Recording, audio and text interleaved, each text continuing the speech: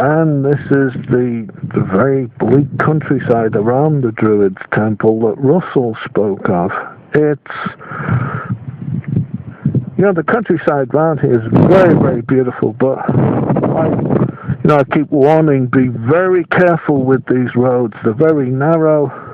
Some of the roads pass through rivers or streams, and they're sort of like small fords, so that if it's been raining heavily, you're never going to get out again without being too dramatic.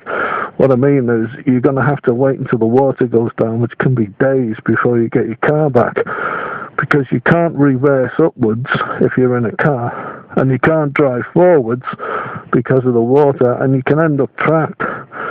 So if you come looking for the Druids Temple, be sure to do it when there hasn't been any sort of heavy rain or you've heard of any floods. It's always best to check, because the roads here can be, or some of the places here can be real fly traps. You can end up trapped, and bikers, be very, very careful here, on these roads.